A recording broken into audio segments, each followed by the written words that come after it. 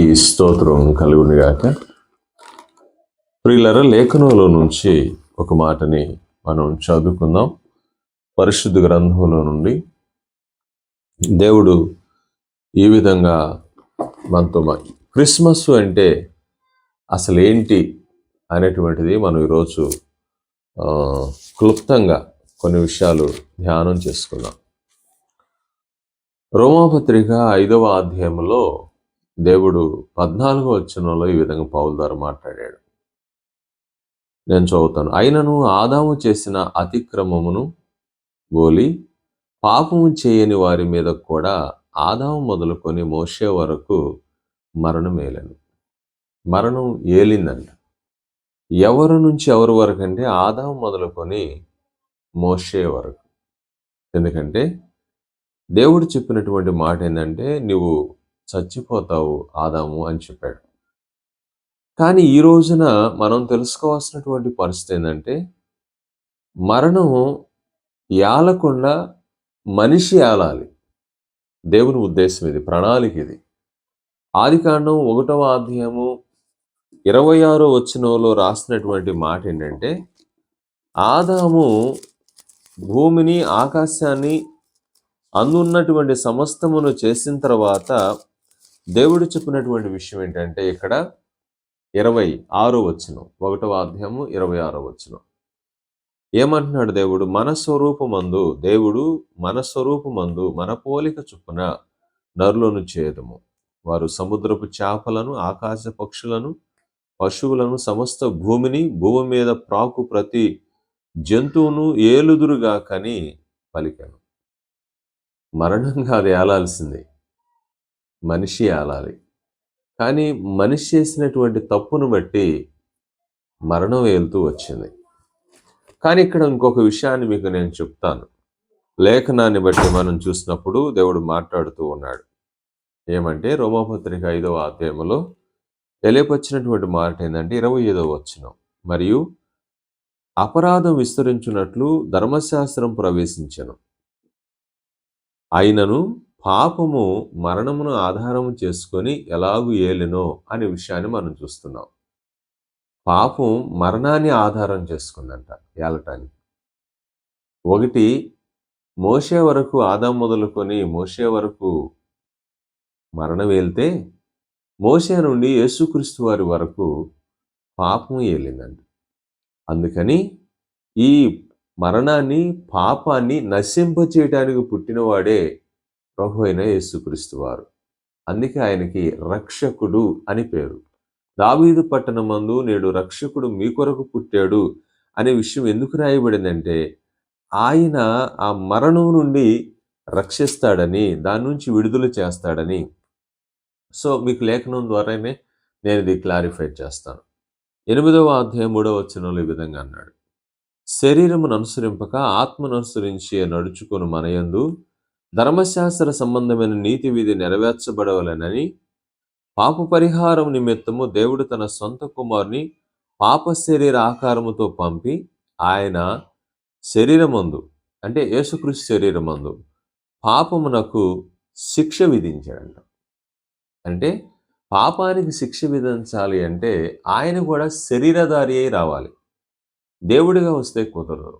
అందుకని ఆ పాపానికి శిక్ష వేయటానికి ఆయనే మనం చూసినప్పుడు పాప శరీర ఆకారముతో భూమి మీదకి ఆ అదృశ్యుడు దిగి వచ్చాడు. దేవునికి స్తోత్రం కలుగునుగాక. ఎందుకంటే ఆ పాప భారాన్ని ఆయన మీద వేసుకున్నాడు కాబట్టి. ఎందుకంటే దాన్ని నశింప చేయాలనే ఉద్దేశంతో. సో ఈ విధంగా చెప్పబడినటువంటి ఈ మాటను మనం చూస్తున్నాం.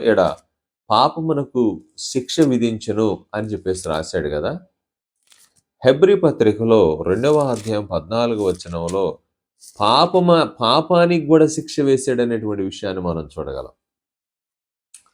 చూద్దాం. 2వ అధ్యాయం 14వ వచనం, కాబట్టి ఆ పిల్లలు రక్తమాంసము గలవారైనందున ఆ ప్రకారమే మరణము యొక్క బలం గలవారిని, అనగా అపవాదిని మరణము ద్వారా నశింపు చేయుటకు, అంటే ఆయన మరణించి ఆ మరణమును నశింప చేయటానికి, ఆయన పిల్లైనటువంటి వారి మీద అది ఏలకుండా ఉండటానికి కోసమై ఆయన భూమి మీద మనిషిగా వచ్చి మరణం దగ్గరకు పోవటానికల్లా కారణం అదే. చేయుటకును జీవితకాలమంతయు మరణ భయము చేత దాస్యమునకు లోబడిన వారిని విడిపించుటకును ఆయన కూడా రక్తమాంసములలో పాలువాడు అయ్యెను. అసలెందుకు ఆ రక్తమాంసాలు ధరించి భూమి మీదకి వచ్చాడు యేసుప్రభు అంటే, ఆయన మనిషికి మరణ భయం ఉంది గదా! ఆ భయం నుండి విడుదల చేయడానికి.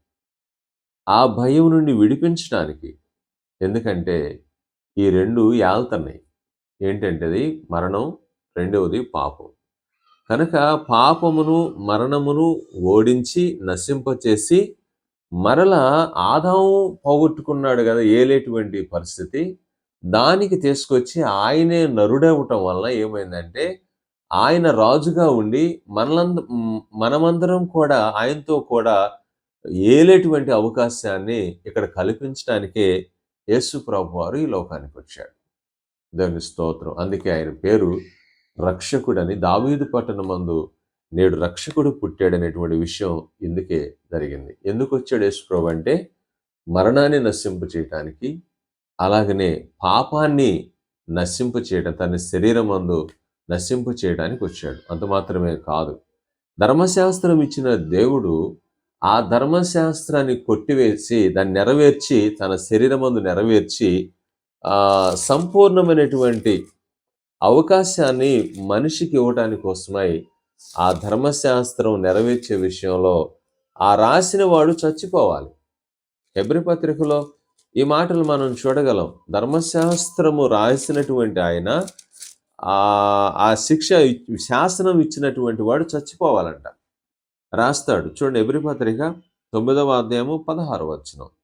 మరణ శాసనం ఎక్కడ ఉండునో అక్కడ మరణ శాసనము రాసిన వాని మరణం అవశ్యం.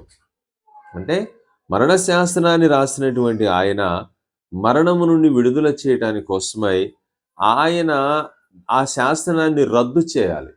మరణ శాసనం ఇచ్చిన దేవుడే. ఆ రద్దు చేయాలి అంటే ఇక్కడ అంటున్నాడు, ఆ రాసినటువంటి వాడు ఇచ్చినటువంటి శాసనం చేసిన వాడు చచ్చిపోవాలి. శాసనం చేసిన దేవుడే కదా! ఆయన మనిషిగా వచ్చి ఆ శాసనాన్ని, ధర్మశాస్త్రం యొక్క విధులన్నీ సమస్తం నెరవేర్చి తన శరీరమందు దాన్ని రద్దు చేయాలంటే ఆయన చచ్చిపోవాల్సి వచ్చింది. ఎందుకు చనిపోయాడు యేసుప్రభు వారు? 3 మేకులు పీక్కోలేదనేటువంటి కొద్దిమంది వ్యర్థులు మాట్లాడుతున్నారు కదా! ఈ సత్యం తెలుసా వాడికి? 17వ వచనం. ఆ శాసనం రాసిన వాడు మరణం పొందితేనే అది చెల్లును. అది రాసిన వాడు జీవించుండగా అది ఎప్పుడైనా చెల్లునా? అందుచేత మొదటి నిబంధన కూడా రక్తము లేకుండా ప్రతిష్ఠించబడలేదు. ధర్మశాస్త్ర ప్రకారం మోషే ప్రతి ఆజ్ఞను ప్రజలతో చెప్పిన తరువాత ఆయన నీళ్లతోనూ రక్తవర్ణము గల గొర్రెబొచ్చుతోనూ ఇస్సోపుతోనూ కోడెల యొక్క మేకల యొక్క రక్తం తీసుకొని దేవుడు మీ కొరకు విధించిన నిబంధన రక్తం ఇదే అని చెప్పుచు గ్రంథం మీదను ప్రజలందరి మీదను ప్రోక్షించాను. అప్పుడు వాళ్ళు ప్రతిష్ఠించబడ్డారు. ఈరోజు ప్రతిష్ఠితగా నువ్వు మారాలన్నా, దేవుని బిడ్డగా కావాలన్నా, శాసనం రాసిన వాడు చనిపోవాలి కాబట్టి, ఒకటి మరణము నశింపు చేయడానికి, పాపాన్ని తన శరీరమందు నశింపు చేయడానికి, మూడవదిగా తానే శాసనం ఇచ్చాడు కాబట్టి, శాసనం రాసిన తాను దాన్ని రద్దు చేయాలి అంటే, ఆయన కూడా మనం మరణించాల్సి వస్తుంది. అందుకే కలవరిచిల్లో ప్రాణం పెట్టి రక్తం కార్చాడు. దేవునికి స్తోత్రం. అందరికీ వందనాలు.